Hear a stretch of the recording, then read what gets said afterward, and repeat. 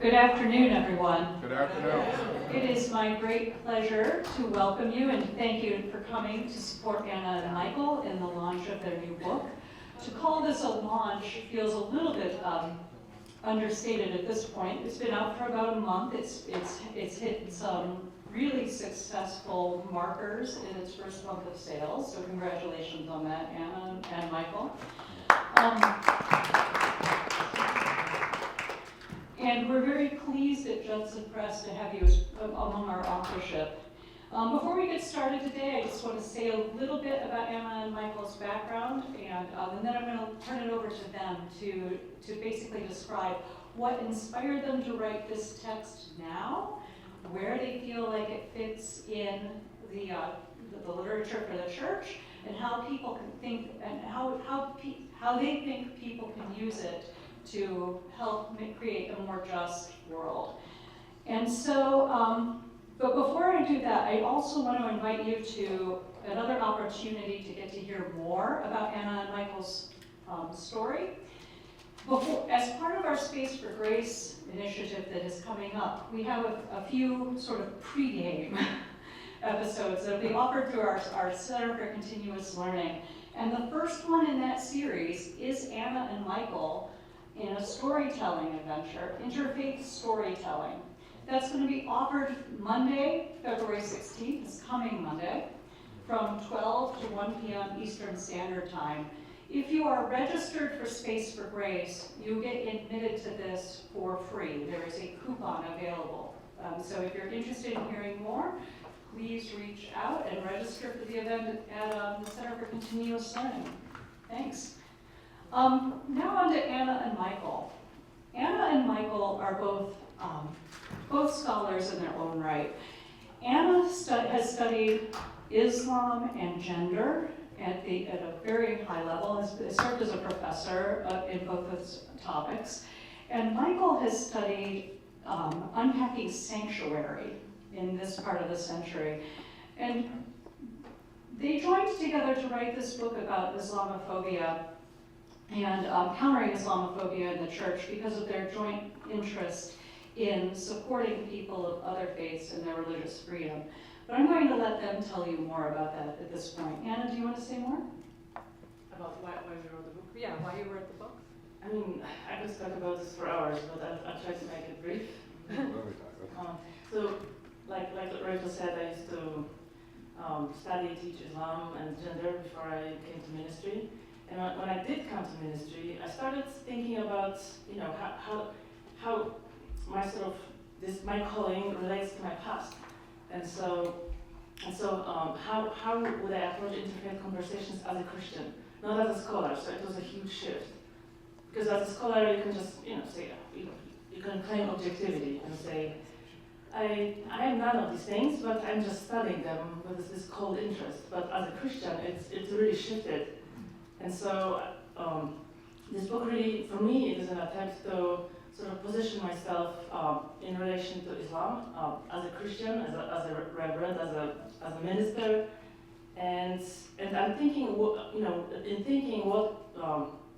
interfaith sort of work can do for me and for my own faith formation and my leadership formation. So that was one of the things for me. Michael? Yeah, I think so. The real answer in a lot of ways is that we wanted to produce a resource that we were looking for when we started a lot of this interfaith work.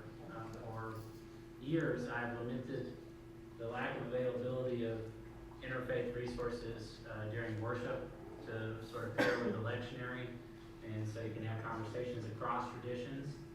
And so we decided that, well, if it doesn't exist, then we can create it. And so we really want to jumpstart a lot of these conversations, specifically about Islamophobia, because studies show that Islam is consistently one of the least highly regarded religious groups in the United States. It's associated with all kinds of things. And so when we were writing this, it was a couple years ago that we were really writing.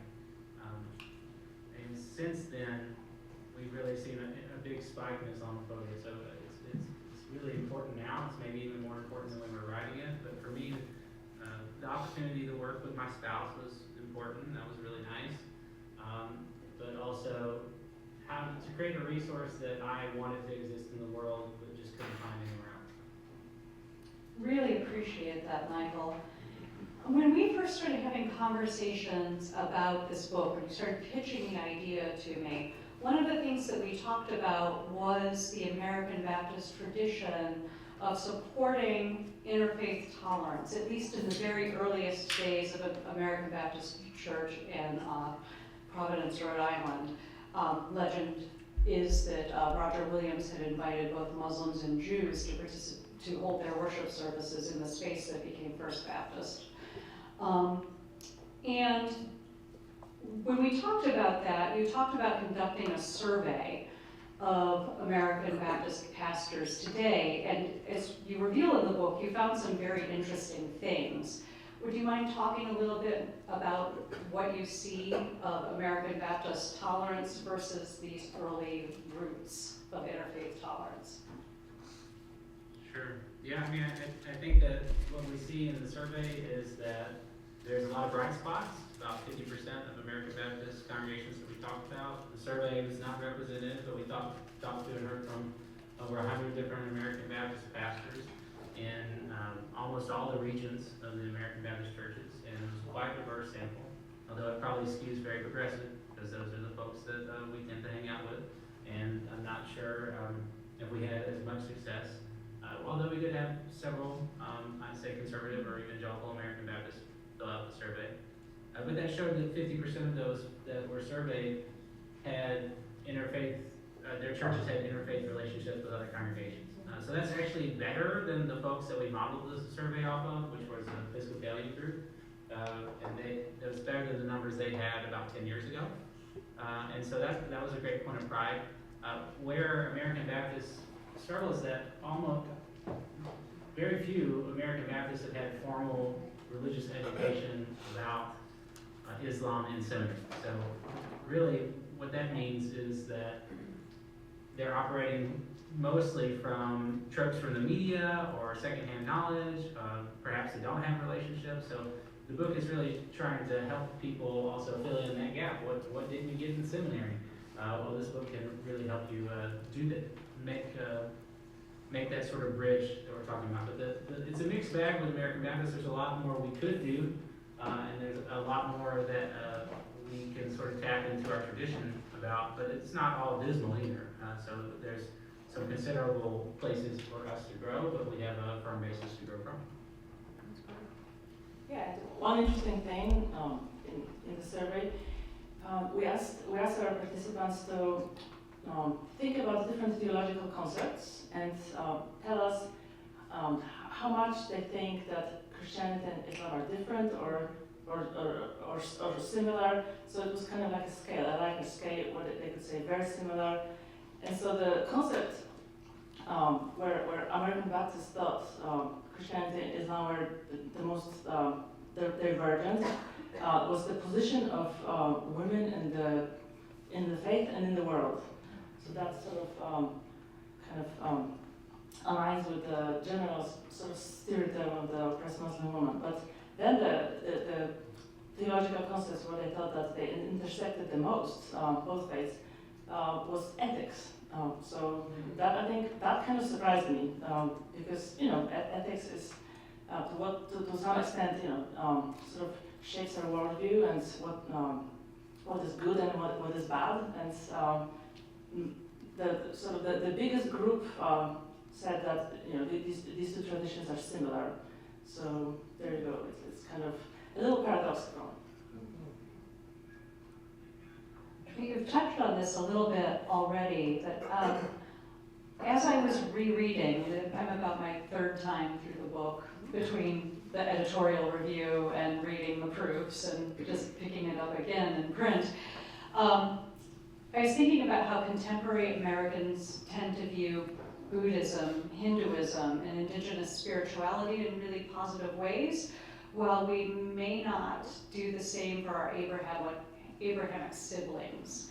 And I'm wondering if you can speak to that a little bit. What makes Christians have positive views of religions that are very much different than ours, than religions that have very similar threads to ours? I think it's because our closest sort of siblings religiously also have competing truth claims. And really, if you look at Judaism, Christianity, and Islam and sort of a continuum, really, in many ways, they're the same sort of religious tradition, but then you have to pick where you're going to close the canon. So, for Jews, what Jesus says is not revelatory. For Christians, what Muhammad says is not revelatory because the canon's closed. God already spoke in these particular ways, and there's not really an acceptance of this sort of new thing. And so it's kind of there's competing truth claims, there's rivalries between all these three different religions that are millennia old and really hard to unpack. And a lot of the rhetoric that we see today about Islam was pioneered over 1,000 years ago.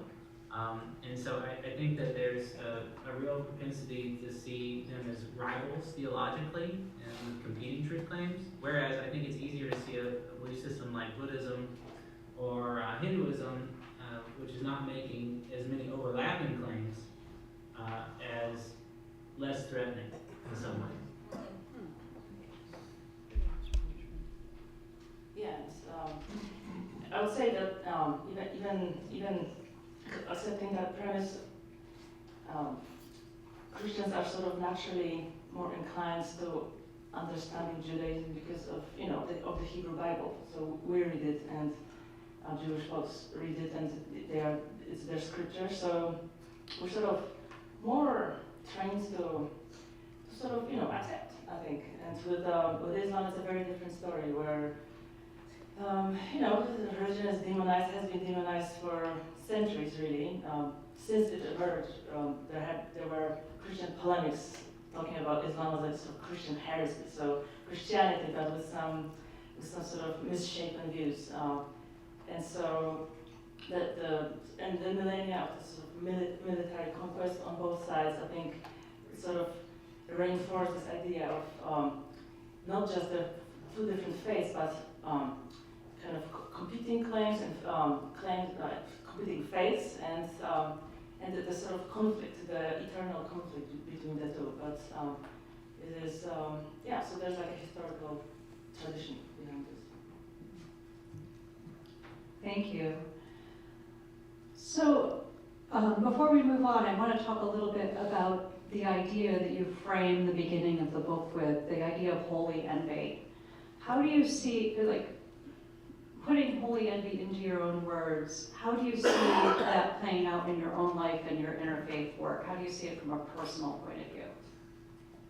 Anya, you want to go? Yeah. I have not always been Christian. I was born a Catholic, but I was a very last Catholic. And then I had a period in my life when I was a scholar. I was a scholar of religion, and I enjoyed that position. But then, as part of my scholarship, I did a project with sort of a qualitative project, a book project, where I interviewed 40 Muslim women who wear the face veil, or the burqa, or however you call that garment. And so I interacted with them, I hung out with them, and I had coffees with them. And most people would describe these women as very conservative, probably not very sort of open, but they were open. Contrary to my expectations and sort of preconceptions, they were incredibly open and friendly. But the thing that really floored me, it was their faith, and how they were humble in their faith, and how it was nothing like, oh, everybody should do what I'm doing. It was basically very much about how I can be a better person for God. And so that, I think, for me, that was the first moment where I thought, this is something amazing. And I'd never considered converting to Islam, but I had my own name, and so it just basically took that inspiration, and that this is where I ended up. And I feel very strongly this is where I'm supposed to be. So it was that encounter that really kind of was the beginning of the journey that I'm here now. Michael. Yeah, I think for me, I think Anya has a more pretty story than I do. I think it's a really beautiful story, and that's why I wanted her to go first. But for me, it's little things, right? So it's just the idea of scheduled prayer, which is not, I've been Baptist my whole life in various flavors, but that's not necessarily something that's a big part of my tradition. And also the theology of prayer, what's going on when there's prayer. There's so often that I was sort of taught growing up and still sort of struggle with how I don't necessarily like hear God talking to me all the time. I pray a lot, but I'm not exactly hearing God talk back all the time, or even, very rarely, I would say. But for our Muslim friends, they don't have any of the anxiety because they're putting their prayers to God either in the ritualistic way or in the more supplicatory way, and they're not expecting or like looking for that sort of response. And I think that there's just a little less anxiety there, and I kind of take that with me in my prayer life a little bit more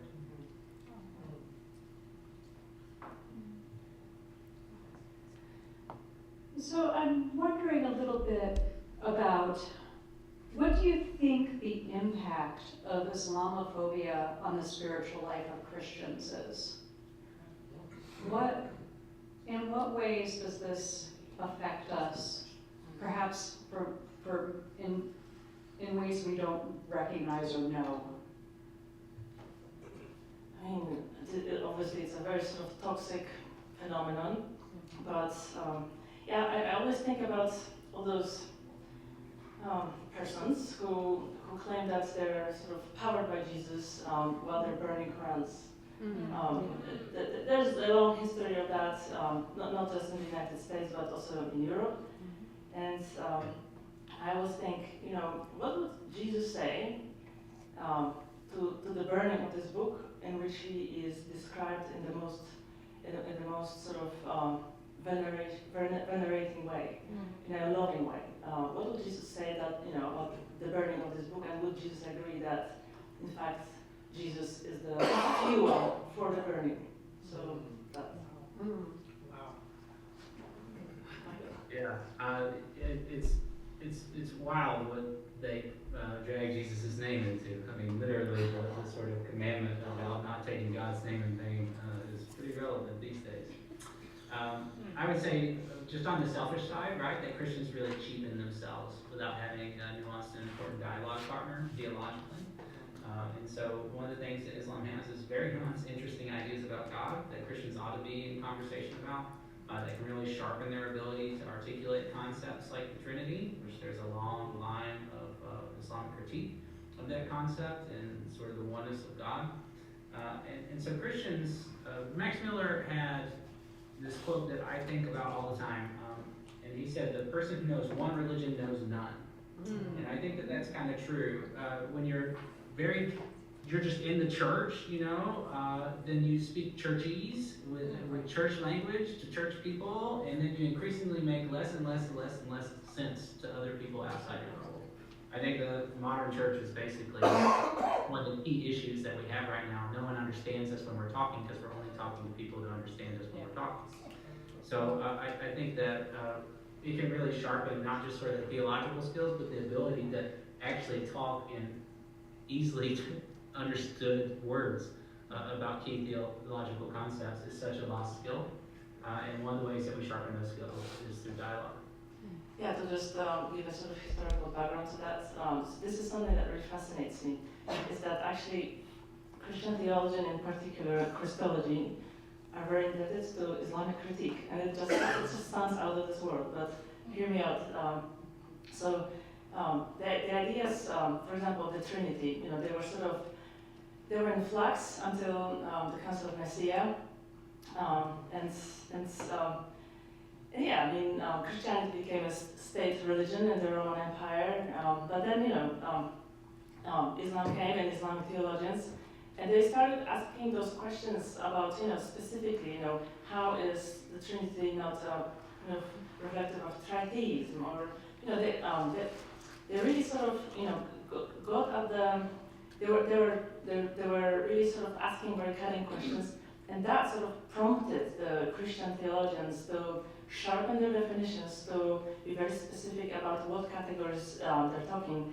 And what Michael said, they had to sort of shift their language of explanation of these very metaphysical concepts from the sort of biblically based language into philosophical language. And that's how, what we are learning today about Christology, about the nature of God, Son, and the Spirit, that is directly related to those explanations they had to develop because of the Islamic theologians and their polemics. Yeah, so things like omnia, like essence, that's directly from metaphysics and metaphysical language.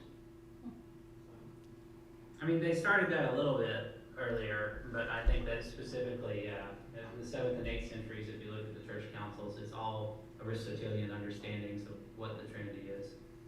And that's because Aristotle was the lingua franca of doing philosophy or important work generally. And I think that there was a lot of conversation that we sort of lost around there. One of the ideas in your book is that you are less likely to be Islamophobic if you have a Muslim friend. Or just if you know someone. If you know somebody. And I have to say from my own life, I find this to have been true. I knew very little about Islam, probably actually negative information about Islam if I took all of the misinformation that I got from the news growing up. And when I had my first, what I'd say, Muslim friends in graduate school, I was shocked to learn about the veneration of Jesus and the veneration of Mary, and that these were actually important figures still. And I'm still, to this day, processing that encounter, but it did suddenly humanize a religion that had otherwise been othered to me. And speaking of othering, I'm going to talk a little bit about your cover choice, because I found this so tremendously interesting. This cover choice kind of turned into a Rorschach picture. People saw, some people looked at this cover and said, this is scary. This is a terrifying image. Why would you put that on a book cover? Other people saw it and was like, well, this is intriguing. Who is this supposed to be? So why don't you talk a little bit about what the choice was and who the people on the cover are and why they're represented in the way they are?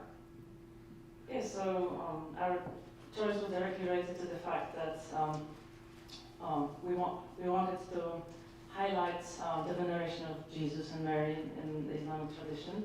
And what you see here is in fact Mary and Jesus, and Joseph is kind of looking from behind the sort of bush or mountain. But yeah, this is Joseph, Jesus and Mary, and the reason why they have this is basically like a Islamic equivalent of a halo, these fire, these flames. So this is basically him. This is it's the Holy Family, but in a Persian rendition. Yeah, the flames are for prophets and for super important folks. So I think it's just kind of telling folks that these figures that are so important to Christians also exist in the Muslim tradition and are venerated in a really key ways. So I think that can be really helpful for Christians, I think, especially if they've learned a lot of negative things about Islam. It's much easier to say that, oh wow, we've got some theological critiques of each other, but on the whole I understand this to be a venerable tradition that I can engage with, than it is to sort of consume the narratives that we have now. Islam is an ideology that is directly opposed to the West, incompatible with democracy, oppresses women. These are the kind of narratives that basically are the only things that it seems like makes it into our mediascape right now. And I find that interesting with the flames too, when you say that this symbolizes that they're prophets, is we have that in our tradition as well with the tongues of Pentecost. So in a way, like this image probably should have seemed more familiar to us when we first saw it. So I really appreciate you sharing that art, and I appreciate the way it kind of ties into the meta nature of this book. And I want to also point out one thing that the Western representations of the Holy Family as a family of white people, those are just so deeply rooted that when you see the Holy Family as non-white people but from another ethnicity, race, that could be one reason why it just seems like it's something so unfamiliar, something so strange. It was really interesting. So earlier this week, I asked Anna, what's the one question you haven't been asked in other podcasts? They've been hitting the podcast and interview circuit pretty hard, and I commend you on all this extra work you've been doing around it. But I also realize that you have an important message and that you want the world to hear it, and so thank you for that. So here it is. Let's talk liturgy. What's really one of the very special aspects about this book is the suggestion that you can use parts of the Quran in Christian liturgy in ways that are faithful to our tradition. And I would just like to open up that idea to you. You spoke already about how we use the Judaic texts pretty fluently in our own religion. Make the argument for us. Why these?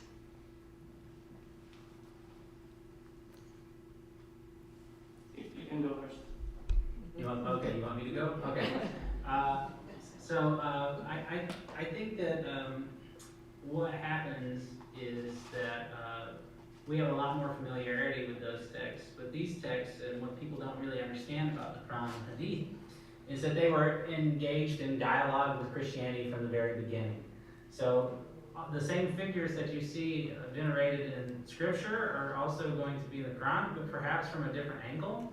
One of the examples I give is that the Quran can be especially good to read during something like Advent, because Mary has her own chapter in the Quran, and she's more of sort of a leading figure. It's almost more feminist and cool how she's presented in the Quran than it is in the Bible. And the birth story is also there, but it's different. Jesus talks directly out of the cradle, and that's kind of cool too.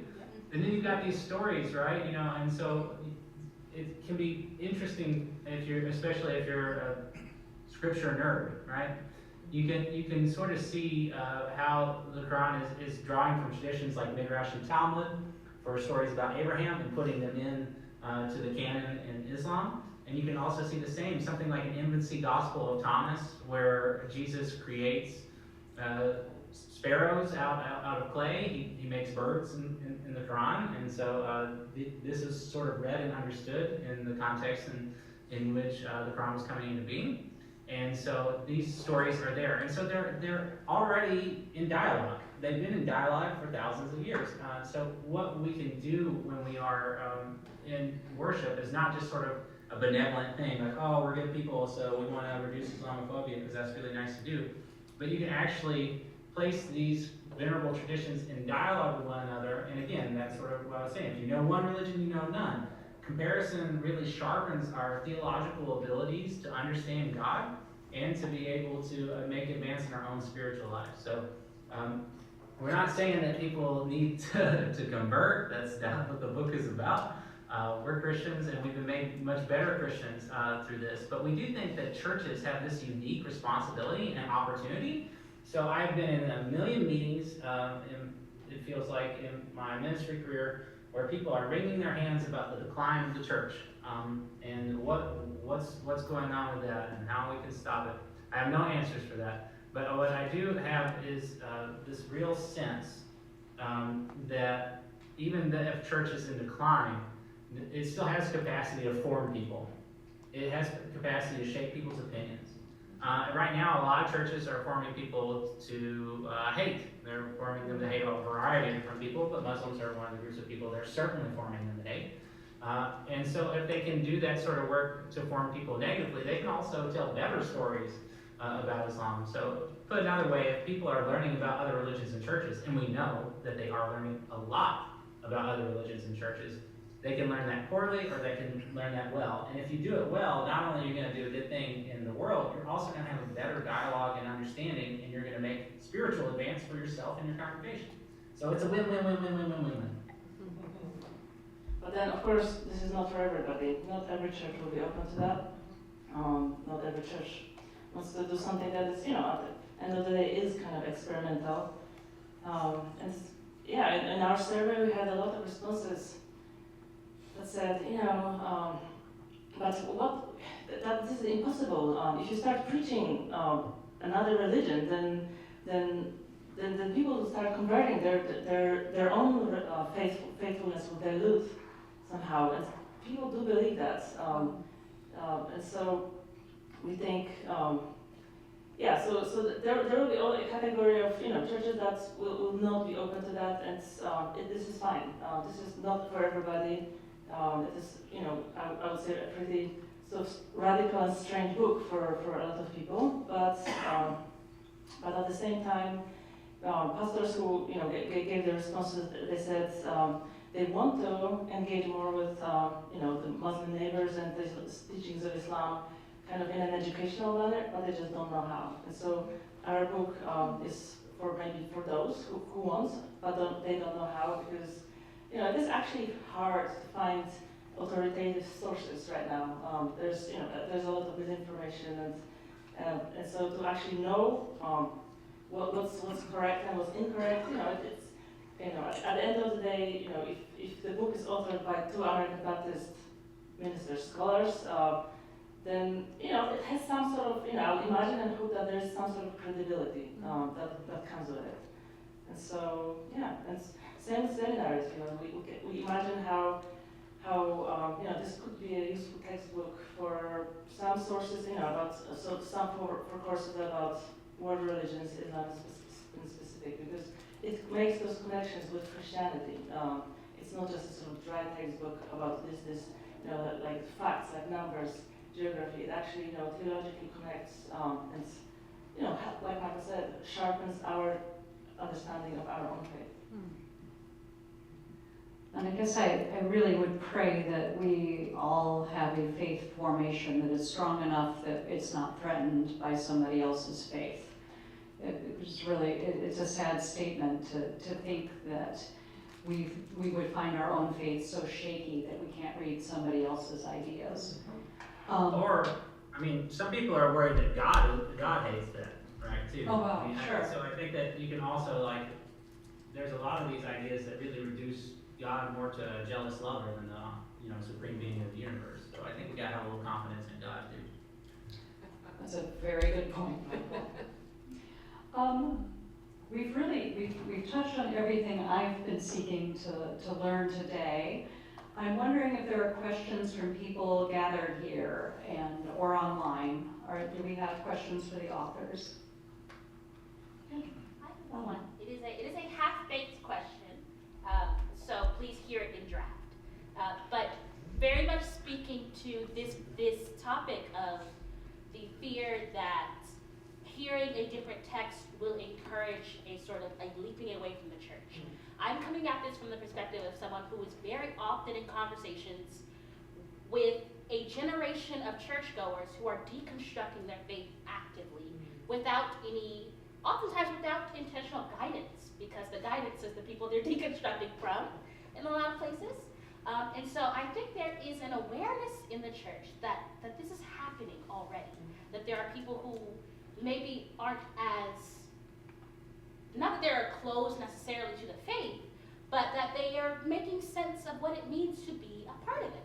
And so as folks who are scholars and who have had an opportunity to learn from a variety of belief systems and traditions, is that something that you have seen mirrored in conversations that you've had with, outside of the American Baptist system? And if so, is there any area of your book that you would recommend those folks maybe start with? Michael, were you able to hear that? Only half. Yeah. So the question is basically about people who are deconstructing their faith, and we wound up, are there parts of the book that you would recommend to people who are in a process of deconstruction, people who are re-encountering faith in a way that was different than their upbringing? Yeah. Is that fair? Yeah, that'd be Yeah. great.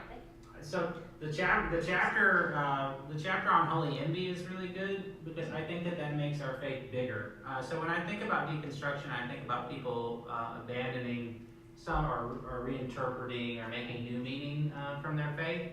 All three of those things probably happen with deconstruction, especially.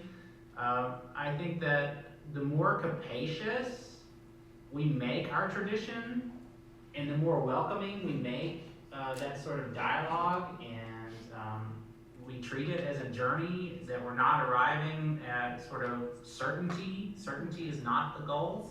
I think the more that we sort of make the tradition big enough for you to journey inside of it, and still sort of wind up as a person of faith, we do ourselves a great service as a church if we make our tradition big and sturdy enough to withstand some questioning and some navigation. The Holy Envy chapter talks quite a bit about the sort of journey of faith and how dialogue partners can open that up. And one of the ways that people do deconstruct is that they look at other religions and they sort of want to say, well, what's here? Or, you know, if I'm looking at Buddhism, what sort of truth does it have? And to sort of normalize that is a great service, and say, hey, you know, that doesn't mean that you're not Christian anymore. It just means that you're putting some things in dialogue, and there's nothing wrong with that. In fact, that can lead you to re-embrace Christianity or re-embrace the church in some way.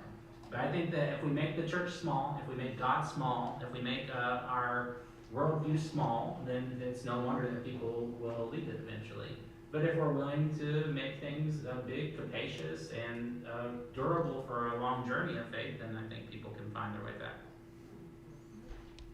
I'm going to pick up that word capacious for a little bit. I like that. Oh, that's my favorite one. Yes. If you ever attend Lake Street Church of Evanston, you'll hear the word capacious at least once or twice a month. Lovely. Are there other questions? Brittany. There's not so much maybe a question as maybe a comment about you know, the importance of having this kind of a conversation or building relationships with people of other faith. Besides those that have already been mentioned, there are also many couples in interfaith relationships. And when we build better relationships with people of other faith, it also helps those families where people of different faiths, you know, it helps with the upbringing of the children, and also with relationships with their families, extended families, or each other's families as well. Into you know, helps them develop better and deeper relationships.